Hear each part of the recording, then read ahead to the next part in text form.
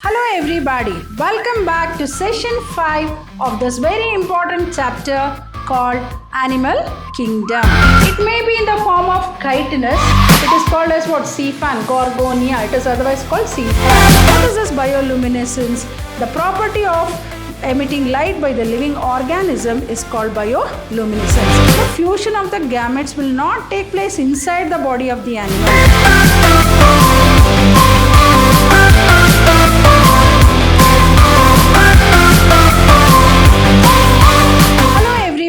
Welcome back to session 5 of this very important chapter called Animal Kingdom.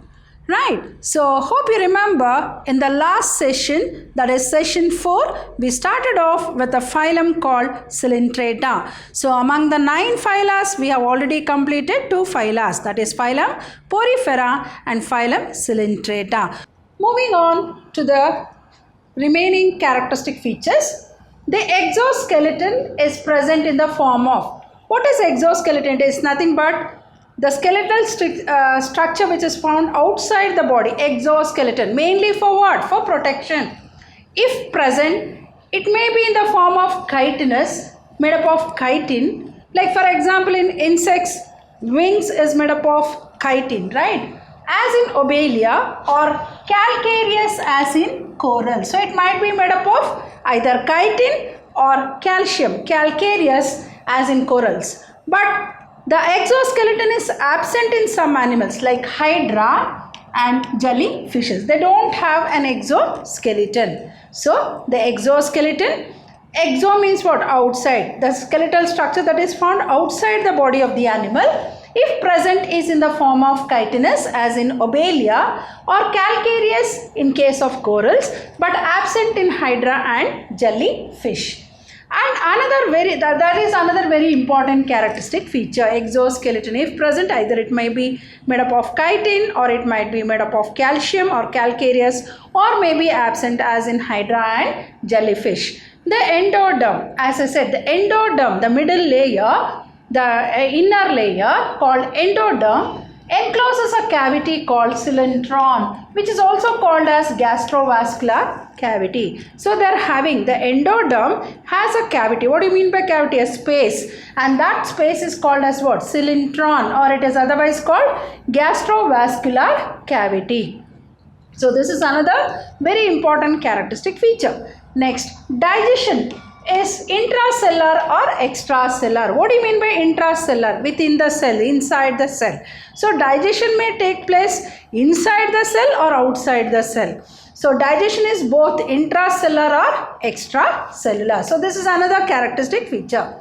Next, circulatory and respiratory, that is circulatory, respiratory and excretory organs are absent. So excretory, circulatory and respiratory system or organs are absent. Next, nervous system consists of what? Diffused network of nerve cells. What do you mean by diffuse? Completely combined. So, nervous system consists of what? Diffused network of nerve cells. This is another very important characteristic feature. Reproduction is by asexual or by sexual method. So reproduction is both by asexual or sexual method. This is another very important. Next, they exhibit alternation of generation. Hope you remember. Alternation of generation is called what? Otherwise called metagenesis. What is it? Asexually reproducing polyform is alternated by sexually reproducing mediceiform. As I said, they exhibit what? Polymorphism. They have either, they exhibit as polyp or polyp stage or medicacy. When there is only polyp stage, you call it as polypoid.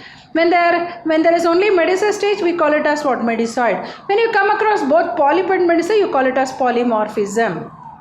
Right. So they exhibit alternation of generation. That is, what is alternation of generation? Asexually reproducing polyform is alternated by sexually reproducing mediceiform. So asexual zooids. Polyp is what? Asexual zooids. Then medicae is sexual zooids. So they exhibit what? Alternation of generation, that is asexually reproducing polyform is alternated by sexually reproducing mediceiform. These are another very important characteristic feature of phylum Cnidaria. What is it? The exoskeleton, if present, is in the form of chitinous as in Obelia or calcareous as in corals, but absent in hydra and jellyfish. The endoderm encloses a cavity called what? Cylindron or gastrovascular cavity. Digestion is both intracellular as well as extracellular. Circulatory, respiratory and excretory organs are absent. Nervous system consists of what? Diffuse network of nerve cells. Then reproduction is by asexual or by sexual methods. Then next what? They exhibit what? Alternation of generation. That is asexually reproducing polyform is alternated by sexually reproducing medusiform. All these are the very important characteristic feature of phylum Coelenterata, also called as what? Cnidarians. Moving on to the examples. What are the examples? Here you can see this beautiful picture, right? It is called as what? Sea fan, Gorgonia. It is otherwise called sea fan, right? What are the examples? Hydra, freshwater polyps. Physalia, Portuguese man of war. Obelia, sea fur. Penatula, that is sea pen. Gorgonia, that is sea fan. Aurelia, jellyfish. As I said, Aurelia is called what? Jellyfish. Then Fungia, mushroom coral. Then Adamsia, then Meandrina, that is called brain coral. All these are the very, very important examples of the phylum Coelenterata. Hydra, that is freshwater polyp. Physalia, Portuguese man of war. Obelia, sea fur. Penatula, sea pen. Gorgonia is called what? Sea fan. Aurelia, jellyfish. Fungia, mushroom coral. Adamsia, then Meandrina, that is called brain coral. All these are the very, very important examples of phylum Coelenterata. As I said, when you describe any phylum, please explain with suitable examples. So examples are of utmost importance for the phylum. So you may do the descriptive part, but if you don't write the suitable examples for that particular phylum, then you may lose marks. So please make it a point at least to remember 2 to 3 examples for each phylum. Now let us study about the characteristic features of this very unique phylum called Ctenophora. This is a phylum, this is a very small phylum which includes marine animals. So they are exclusively marine forms. And what is so very unique about these animals? The word Ctenophora, as you know, most of the biological terms are derived from Greek language. Cteno means what? Comb. Ctenophora. So Cteno means what? Comb. Phora means what? Bearing. They are comb bearing animals. So they have 8 comb plates which is used for locomotion. What do you mean by locomotion? For movement. For locomotion, hence the name Ctenophora. So what are these Ctenophora? This is a very small phylum comprising of marine animals, and the word Ctenophora is derived from a Greek word which literally means what? Cteno means what? Comb. Phora means what? Bearing. They are comb bearing animals, hence the name Ctenophora. They have 8 comb, so they are also commonly referred to as comb jellies or sea gooseberries. They are also called as sea gooseberries or comb jellies also, because they have what? 8 comb plates. And what are these 8 comb plates used for? It is used for what? Locomotion. Hence the name Ctenophora. Now let us start with the very important characteristic feature of this very small phylum called Ctenophora. They have tissue grade of body organization. So I think you have come across Porifera had cellular grade of body organization. Coelenterata had tissue grade of organization. So also Ctenophorans also exhibit tissue grade of body organization. And what about the symmetry then? They exhibit both the type of symmetry, that is they are intermediate between radiate and bilateral symmetry. That is, they exhibit a combination of what? Biradial symmetry. So the larval forms will exhibit bilateral symmetry and the adult forms will exhibit radial symmetry. Hence the name biradial symmetry. So they are going to exhibit 2 types of symmetry, that is the bilateral symmetry as well as the radial symmetry. Bilateral symmetry is exhibited at what time? At what stage? Larval stage. Whereas the radial symmetry is exhibited in an adult stage. Hence it is a combination of radial and bilateral symmetry. Hope you can come across there. They were either bilaterally symmetrical or radially symmetrical. You didn't find a combination of both. But see how unique these ctenophorans are. They are exhibiting what? Biradial symmetry. That is, they exhibit both bilateral symmetry as well as radial symmetry. So what is the first very important characteristic feature? As I said, these are ctenophorans exhibiting what? Tissue grade of body organization. One very important characteristic feature of ctenophorans is they exhibit a property called bioluminescence. What do you mean by bio? You split the word. Bio means what? Living. What do you mean by luminescence? Light. So the property of emitting light by living organism is called bioluminescence, which is a very unique property exhibited by the ctenophorans. So never forget to write this very important characteristic feature. This is very, very important characteristic feature of ctenophorans, because this is a very rare character which you come across in the ctenophorans, right? Hence these two are very, very important characteristic feature. What is it? One is biradial symmetry, because it exhibits both bilateral symmetry as well as radial symmetry, and it is exhibiting what? A very important property called bioluminescence. So even in the night you can see these animals, because they'll be emitting what? Light. So the property of emitting light by living organism is called that is a very important property called bioluminescence. Next, sexes are not separate. That is, they are hermaphrodites. What do you mean by hermaphrodites? They are bisexuals. So this is a word, hermaphrodite is a word used for animal, is a word used for bisexuality in animals. So sexes are not separate. You cannot distinguish the male from the female. So sexes are not separate. It is united. Hence the name hermaphrodite or bisexual. That is, the single individual organism will have both the male and the female reproductive organ. Hence the name, they are called as hermaphrodites or bisexuals. Next, very important, reproduction takes place by sexual method. What do you mean by sexual method? That is the fusion of the gametes. Next, as I said, these are commonly referred to as what? Comb jellies.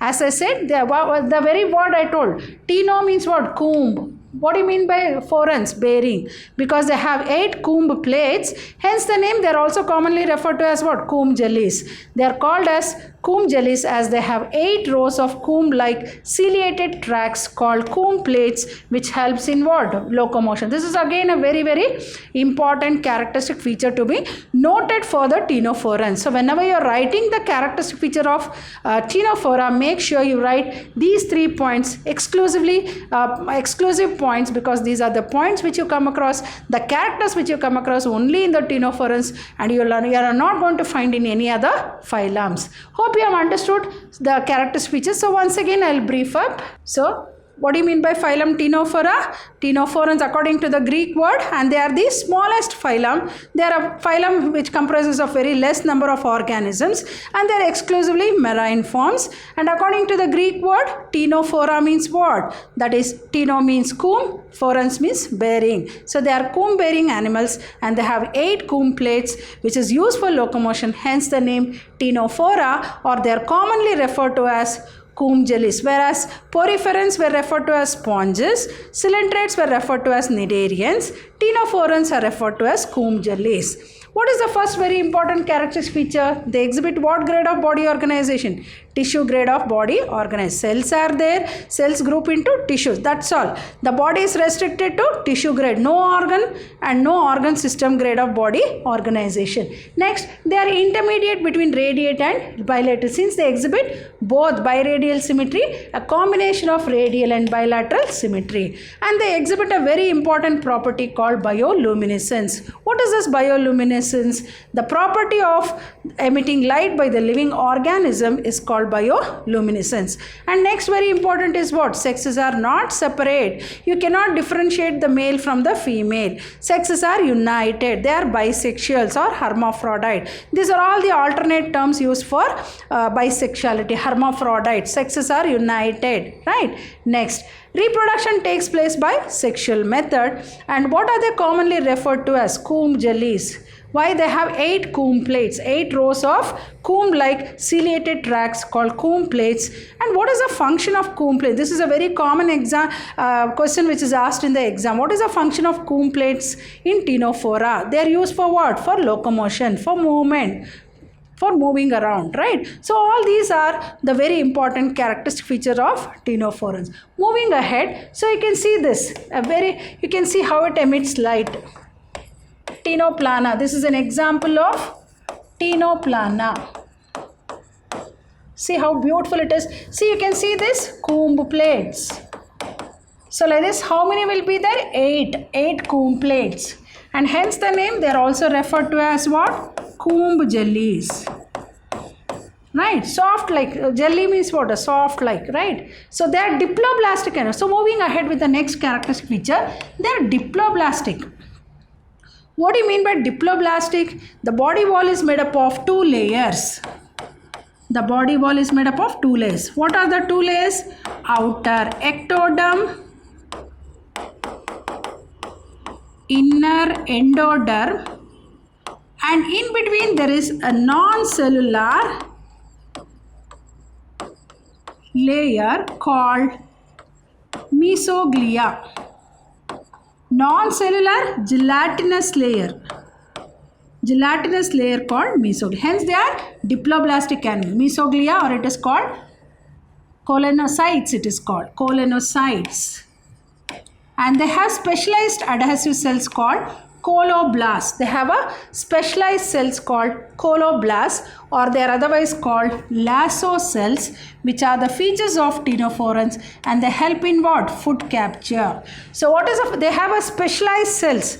Besides they exhibiting bioluminescence, and besides having 8 comb plates for locomotion, they have again a very specialized cells called coloblasts, adhesive cells called coloblasts, or they are also referred to as lasso cells, which is mainly used in food capturing, right? Next, fertilization is external.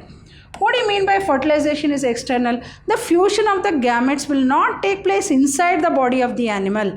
It is going to take place outside the body of the animal. Hence the name fertilization. Hence the fertilization is external. And the development is indirect. Hope you remember, development is of 2 types. Development is of 2 types, direct and indirect. What do you mean by direct? No larval stage. No larval stage in the life history. Indirect have larval stage. Have larval stage in the life history. Right?